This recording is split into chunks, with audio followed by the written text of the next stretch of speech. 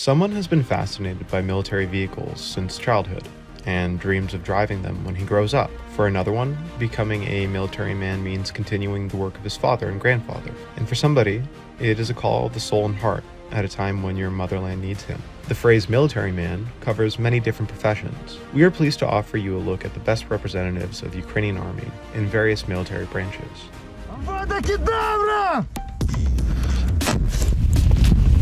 We wanted to see how the Ukrainian infantry coped with the challenges posed by winter and with the ongoing pressure from the enemy all over the front line. That's why it is just 7 a.m. and we are already on the run to the frontline positions in the Bakhmut direction.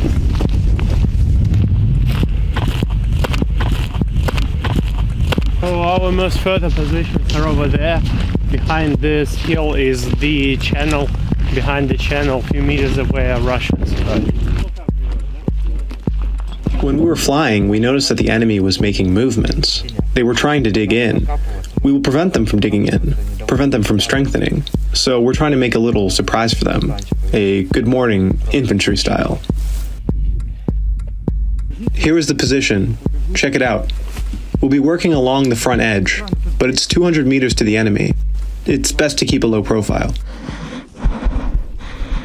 Avada Kedavra!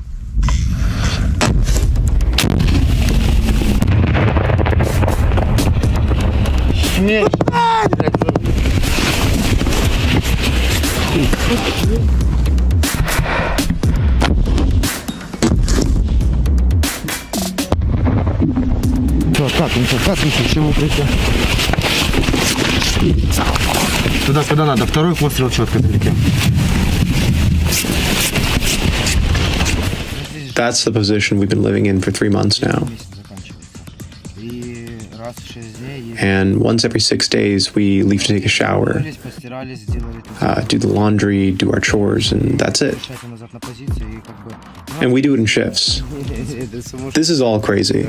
It's as crazy as it can be. Like a squirrel in a wheel. My wife even came to visit me. We spent 3 days together, and I didn't even realize that I saw her. I always believe we're ready. There's no other way to think. I have no doubts. The enemy is incredibly powerful, strong, evil, and cruel. They don't spare themselves. They won't spare us. These demons must be crushed, and no matter what, we'll stand our ground. It doesn't matter if it'll be better or worse this year. I don't care. I will continue to serve next year. Zahar. Age 35 years old. Profession Leopard 2A6 tank commander. He used to have a completely different job. Now he turns enemies into dust. Once we assaulted enemy positions and worked with Bradleys. One of them was blown up, blocking our path through a minefield. Infantry were already on the enemy positions, engaging in combat. Then from our position, we started blasting at Russians for 2 to 3 hours, using up all the ammunition. The supplies were delivered to the infantry, allowing them to clear the rest. Later, we met these guys. They only had 2 men injured. They said, if it weren't for you, we wouldn't be here. Zahar is the commander of the Leopard 2A6 tank, one of the most modern in Ukraine. Leopard is spacious and everything is very convenient. Screens, joysticks, everything is so simple, everything is made for humans. In the T-72, everything is uncomfortable, with minimal space. And there are all these transistors, automatics, damn, it all falls out, rattles, everything is unreliable. Leopard, everything is smooth. The optics allow seeing far. We work at the maximum distance, sometimes up to 3,600 meters. For Soviet technology, a kilometer was already a good score. But here I see everything perfectly. It has maneuverability, it's fast, it has reverse gear. Great! The Leopard 2 crew consists of 4 people: tank commander, loader, gunner, and driver mechanic. My driver doesn't even have a regular driver's license, can't drive a car. But here, he's a tank driver, and during training in Germany, they even nicknamed him Kamikaze. We went to places even the Germans were afraid to go. Leopard 2 hits really accurately. The declared shooting range is 4 kilometers, and it is true in practice. At 3 kilometers, its hit rate is almost 100%. And the loader, most importantly, must be strong. The physical load on him is substantial. After all, he has to work with these 30-kilogram shells. And the commander is like a link that brings it all together. If the commander is good, if he finds an approach to everyone, then the crew will be intact and will work well. This Leopard crew was formed during training in Germany. It was very hard work. The 3-year course was shortened to 5 weeks. We studied from morning to night all day long. There was half a day off on Sunday, but overall everything shifted from night training to daytime training. But we coped. In general, it's very interesting that everyone on the battlefield is afraid of tanks, but tankers are also scared. Everyone is so afraid of us that they want to destroy us badly. Every tanker who goes to the battlefield already deserves respect, because he overcame himself. He goes to war. Every tanker understands that this mission may be his last. The support forces of the Ukrainian army play a crucial role in processes like fortifications, logistics and mining. To provide an insider's perspective, we've embedded with the 48th Engineering Brigade. A good sapper needs to have it all. His arms, legs, and eyes need to be in the right place. This is what makes a good sapper. Being a sapper entails crucial responsibilities. You may be mining potential routes of enemy attacks or moving in front of an assault unit, ensuring their path is clear. Ahead of the first serves as their motto. We both mine and demine, and we accompany different groups, ensuring their safety, so that they can fulfill the task. The situation there is quite difficult now. 3 days ago, we sent out a sapper group, and all 4 people got concussed. This is the PMZ trailed mining system, capable of delivering 2 tons of Soviet PM anti-tank mines in just 15 minutes. Given the strategic situation, a substantial part of the sapper's tasks involves mining. However, deploying this vehicle full of TNT anywhere close to the front is a one-way ticket. Consequently, sappers in Avdiivka have to work at night, manually carrying mines under the constant threat of shelling. Imagine this as your job. Building fortifications is the bread and butter of army engineers. Rostislav operates a specialized earth-moving machine designed for digging trenches. His shoulder patch proudly says landscape design specialist. Despite the machine's age, it still outpaces the alternative of digging with the shovel. Much faster. We can dig approximately 70 meters an hour.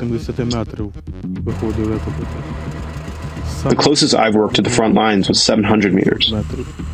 That's 700 meters to enemy positions. His colleague Maxim, a construction worker in civilian life, is essentially building logistical routes. This job often entails considerable risk, but is crucial, ensuring the constant flow of resources and ammunition to the front line every day.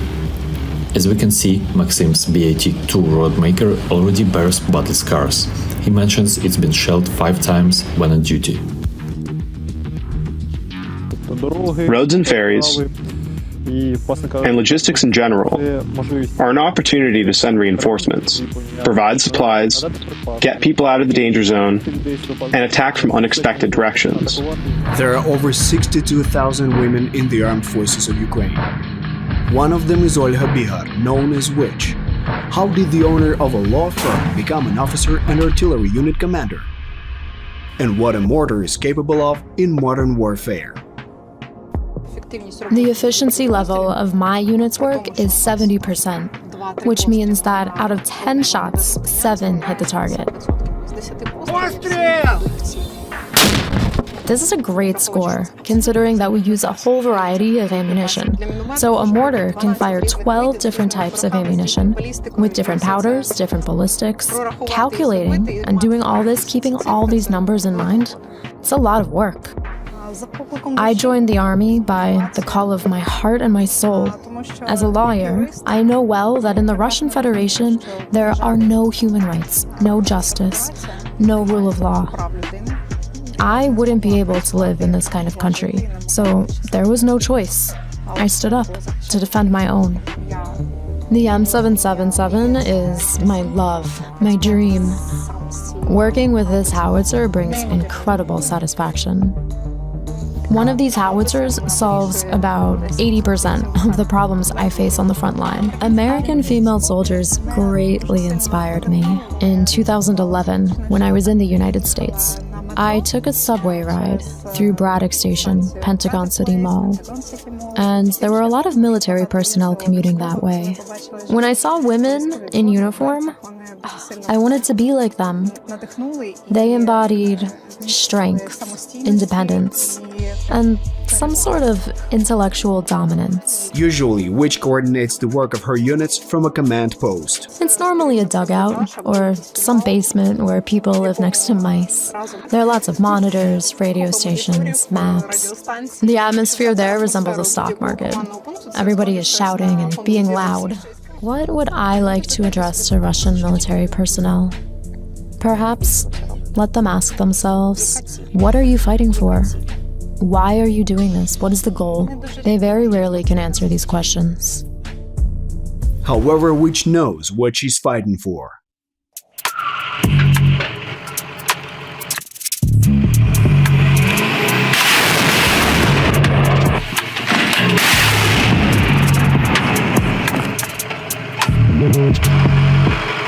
Special Operation Forces are the multi-tool of the Ukrainian army. These units are prepared for literally any task, no matter how dangerous and complex. We are lucky to catch the Omega unit on a mission we can join and survive.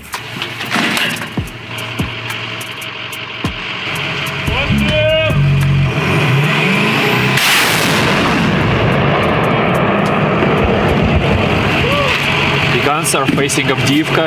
As you know, it's the most difficult area of the front line at the moment. The Russian army took it in the pinces, but are incapable to close the circle around it. Ukrainian forces have launched a huge campaign to defend the city, and massive battles take place every minute. What kind of tactics do the enemy forces use? They just wipe out everything. They have always had such a tactic. They just raze everything to the ground so that there is nowhere for us to hold defense, and then they try to move forward somehow. The troops operate a partisan, a DIY MLRS unit, or simply put, a mini-grad mounted on a pickup truck. Today's target is one of Avdiivka's flanks, about 10 kilometers away. Usually, Omega moves into Avdiivka for a couple of days and works there with mortar launchers, drones, or other equipment. Among all the tasks they undertake, their main goal is to support the infantry, which is struggling with the defense.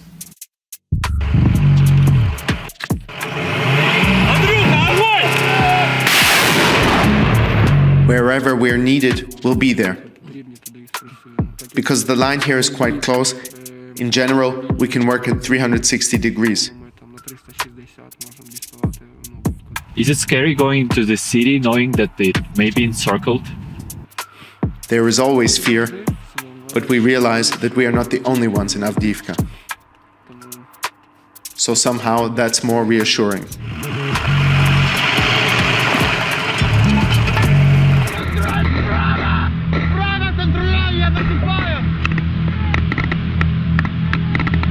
Call sign, Ned. Profession, Special Forces Intelligence Operator. PMC Wagner, Russian intelligence, and airborne troops are formidable enemies, trained and experienced. However, in direct confrontation with us, the enemy is usually forced to retreat.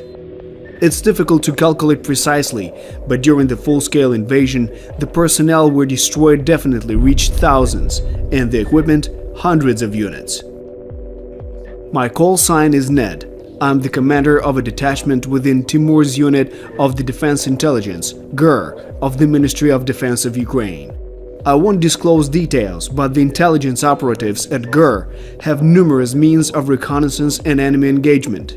These means fly in the air, travel on land, move on water, and underwater.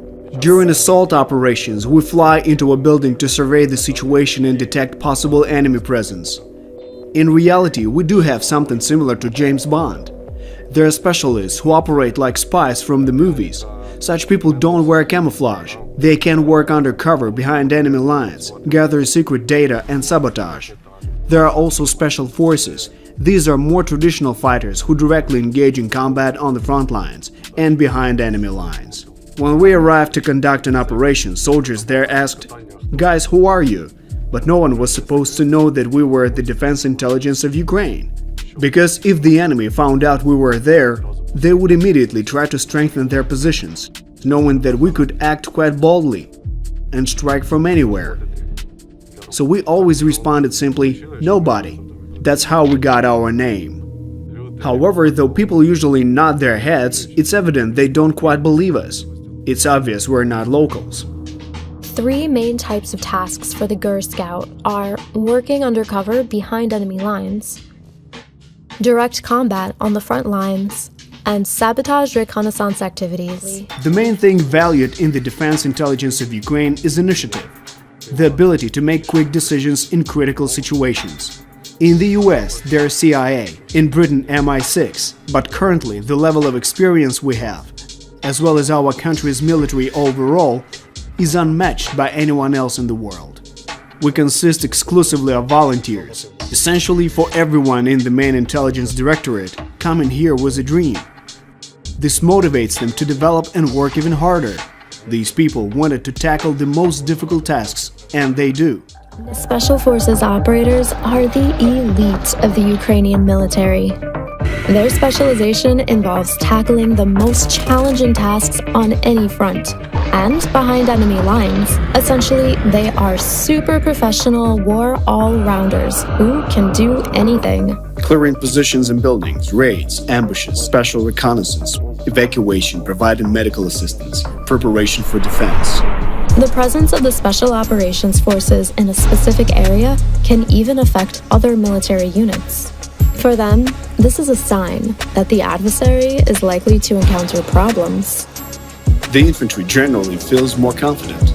From the looks in their eyes and their reactions, we can see that they're happy to see us. Once we passed by our infantry and left them totally confused. Some aliens passed by, laid down, crawled towards the enemy, and then returned by lunchtime. They were like, "What just happened?"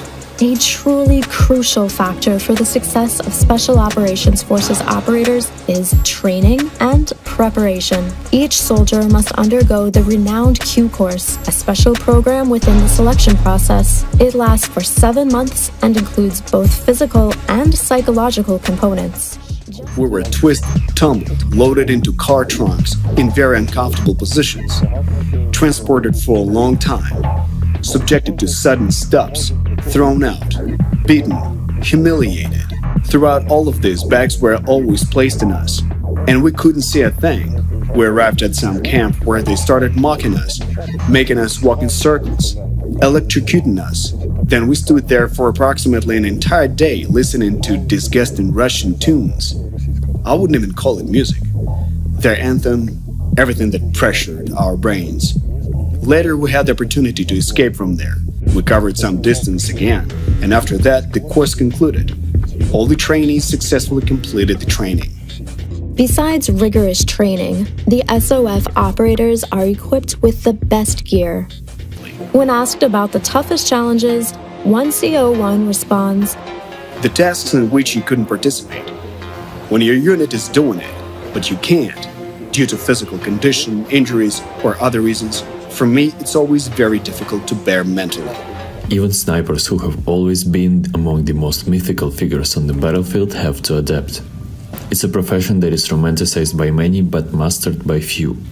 I want to show how sniper duos operate on today's battlefield, and to do so, I've joined the Bravo 2 unit. Early dawn is the perfect time to sleep into the battle zone. During this time, both daytime and night vision drones struggle with optics. Our drive is safe, but not so soft. The role of snipers has evolved with the arrival of drone warfare. Suicide drones, particularly FPV-1s, are flooding the battlefield. As mentioned before, yesterday a man was killed by an FPV drone in this very trench. But we've come prepared. This is a secret development of the US. I'm kidding, it's a Ukrainian creation. It's a trench electronic warfare device that helps jam the FPVs. We hear an FPV drone from about 500 meters away. It has a characteristic sound. It's different from a Mavic. We turn it on, and if we're lucky, the drone falls down. That sniper's work is not as pretty as it seems to be in the movies. It involves lots of preparation, waiting, listening, lots of risk, of course, and kilometers of walking in this crazy mud. As anticipated, the shooting part is swift. Visual contact confirmed, 2 shots and we're out. If these days have shown us one thing, it is that sniping is an art form, and to do it right, it takes what few have: a combination of strength, will, and most importantly, patience.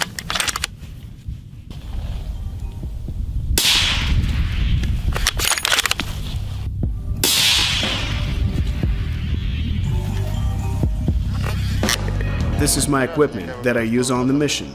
Here I have pouches for magazines. These pouches are universal. When I use an M4 for reconnaissance, I use magazines for it. If I need a rifle, this magazine is universal.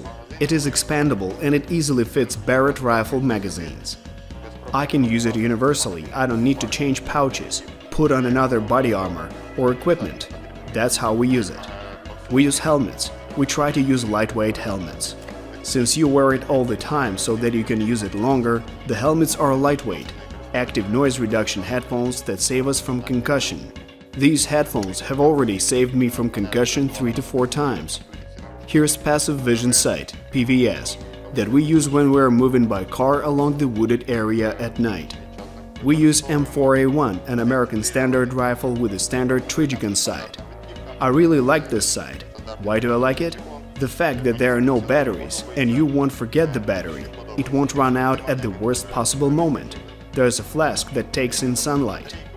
And due to this, the sun shining brighter intensifies the brightness of your aiming reticle, while weaker sunlight results in a less bright reticle. And it's very convenient, and 4 times zoom is totally enough to shoot this rifle at 300 to 400 meters. It shoots accurately.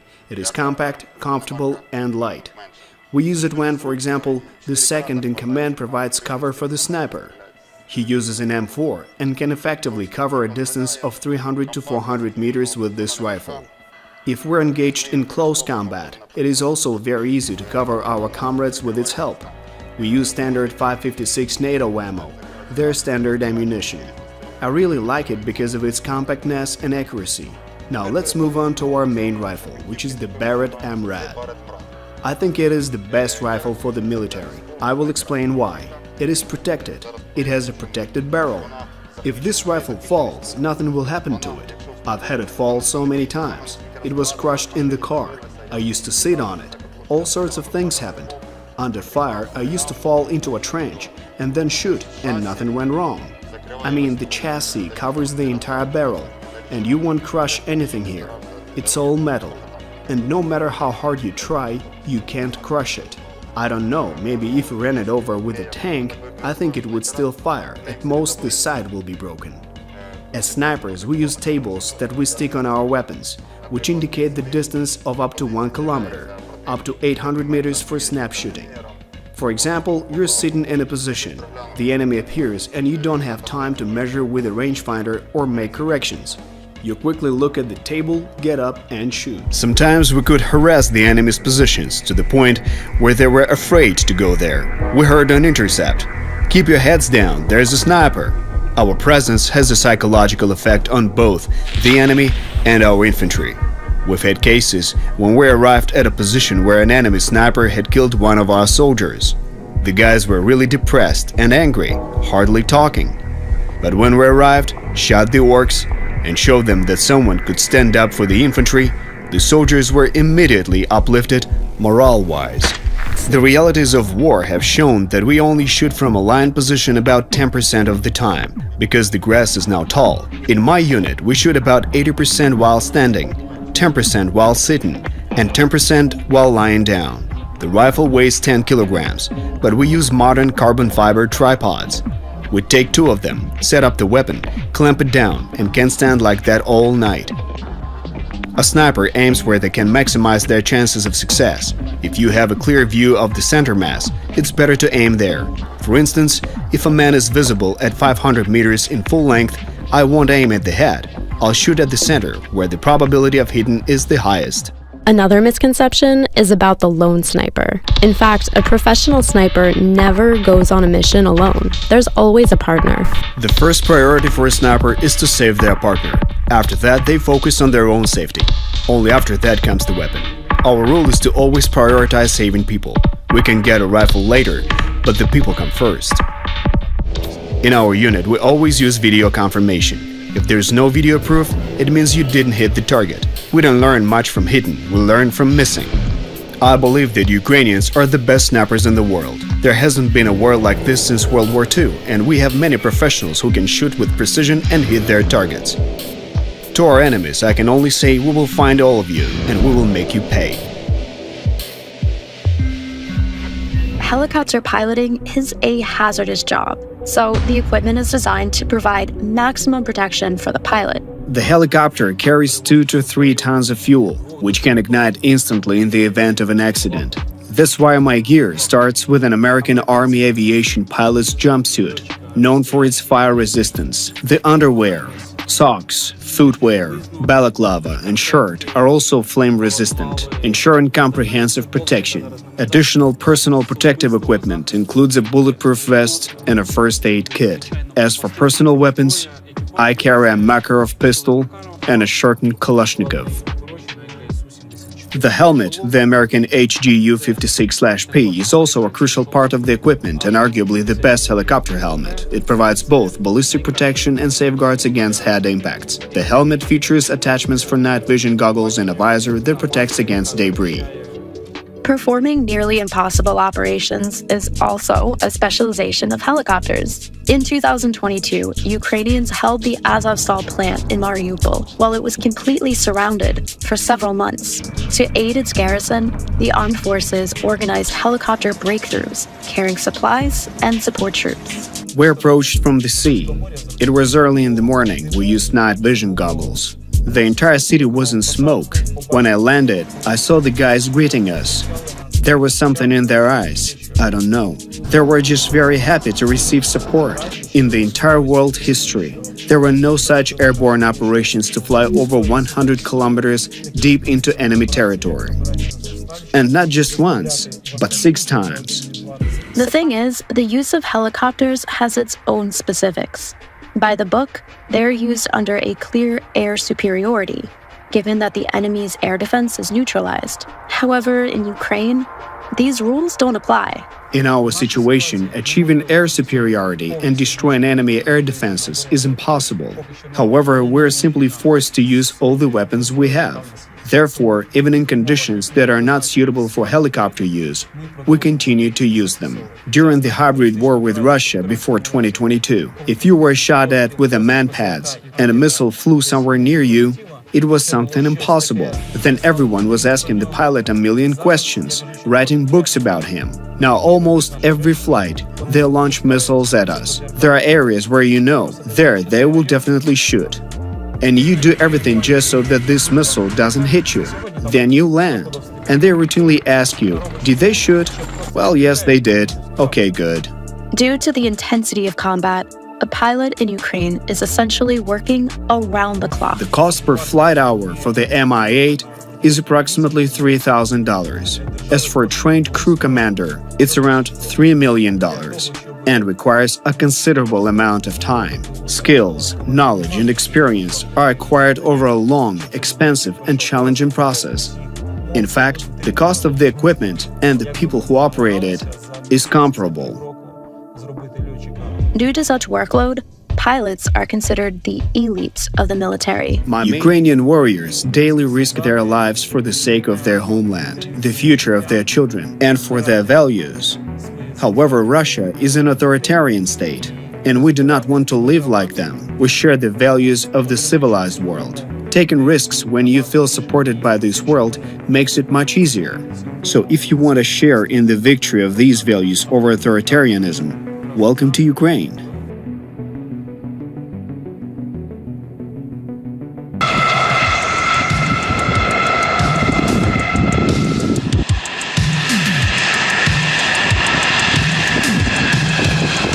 combat experience is a thing that is really hard to overestimate, but still it is a really condensed program.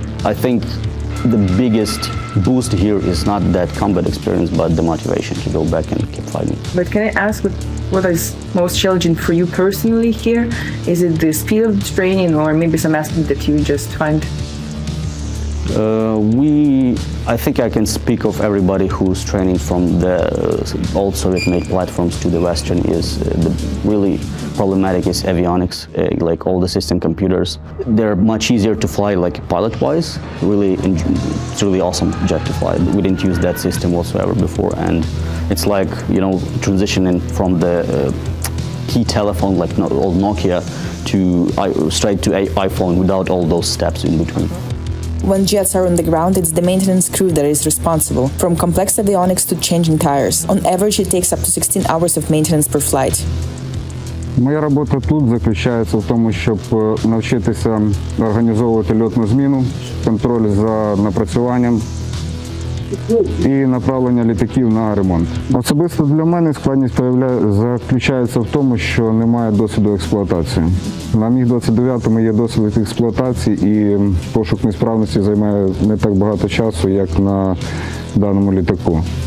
Але згодом, я думаю, що ми набудемо досвіду і це буде даватися набагато легше. It is really super fun jet to fly. I'm not saying that MiG that I flew before is super boring, but the F-16 is definitely more agile. It feels like the jet wants you to fly it more aggressively. He wants you, hey dude, let's do this, let's do that. Спочатку, як ми тільки знайомилися з цією системою, вона нам здавалася незрозумілою і нереальною до інтегрування в Україні. Але зараз я розумію, що це дуже спрощує роботу, економить час, і це дійсно варто того, щоб ми просувалися вперед. Якщо ми хочемо розвиватися як країна, як структура в повітряних силах, ми повинні черпати цей досвід в різних країнах, які вже давно переступили цей етап. For any artilleryman, their artillery is associated with the smell of gunpowder. This is power. Serving in the army is generally speaking a tough job. Serving in artillery is being the toughest among the tough. To put it simply, they're the guys with the big guns.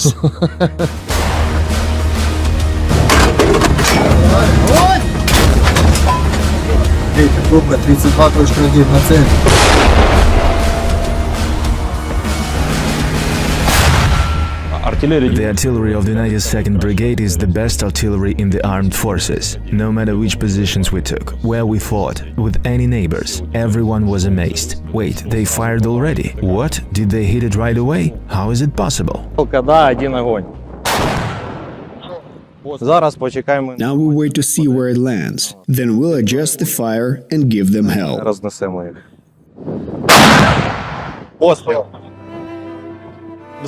Normally, this is not a part of the division commander's duties. But how else can you get the thrill and adrenaline from liberating our beloved mother Ukraine from these cursed occupiers?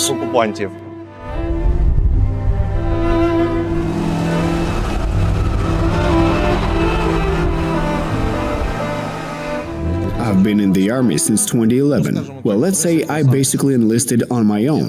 I wanted it. So back then, I asked my father, tell me more about it, infantry or artillery? And of course, being an artilleryman, he told me about the two branches of the military.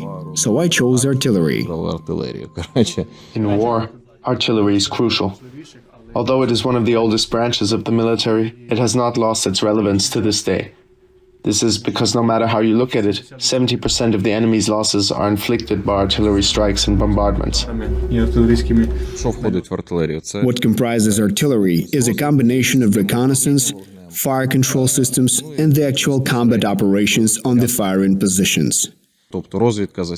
So reconnaissance identifies the targets, and the fire control headquarters decides how to engage the targets. This includes the selection of ammunition, the rate of fire, the quantity of ammunition, the deployment of the number of guns, or whether it's even worthwhile to open fire on a particular target. іншої цілі вогонь. Currently, artillery and other strike munitions essentially cover the entire spectrum of operations and complement each other. Artillery strikes. For example, there was a case recently. It was a fog and reconnaissance assets couldn't see very far. The enemy had advanced with vehicles dangerously close to our infantry. And that's when the artillery did what was needed. They scattered remote mining projectiles across hazardous area. An APC triggered a mine, lost its tracks and was immediately taken out by an FPV drone. That's roughly how it works. Yeah.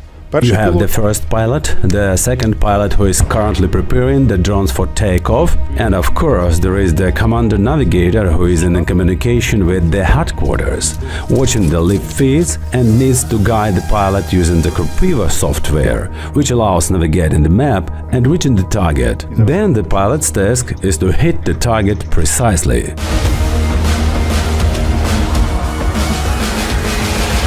Whoa!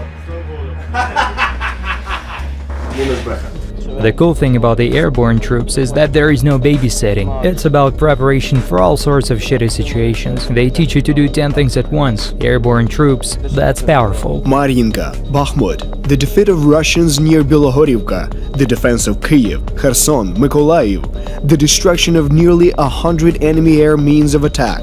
The airborne troops always fight in the hottest spots. And they fight successfully. First of all, I think that this is the skill to quell your own fear and the instinct of self-preservation. Because when you are going to the position, everything is trying to kill you. All this was accomplished despite Ukrainians not being able to use the advantage of airborne forces, sudden airdrops. Russia fears crossing the front line with planes, but still dominates the sky. At the moment, no one is jumping with parachutes because the sky is dangerous. We are doing artillery work, plus work on the ground, on different objects, forest belts, and so on. There are different types of landing, from a helicopter, from an airplane. But you can also land with heavy equipment, jump out of an APC to the ground, and advance. This is also a landing. Then comes an assault. Assaulting is quite challenging because it requires willpower and strong character. You have to suppress the fear within yourself and act to complete the objective. Our unit carries out tasks in tank dangerous areas and at the junctions between battalions and anywhere assistance in destroying tanks is needed. We work with javelins, fagots, and Stugna P. In total, we've already destroyed over 40 armored vehicles. In addition to anti-tank weapons, the airborne troops are equipped with a variety of military equipment. As an elite force, the airborne troops have been supplied with modern Western weapons, including Australian Bushmaster armored vehicles and French VOB armored personnel carriers. The Challenger 2 tank has particularly impressed paratroopers. It's like a sniper rifle in the world of tanks. It set a world record hitting a T-55 from 5 kilometers away.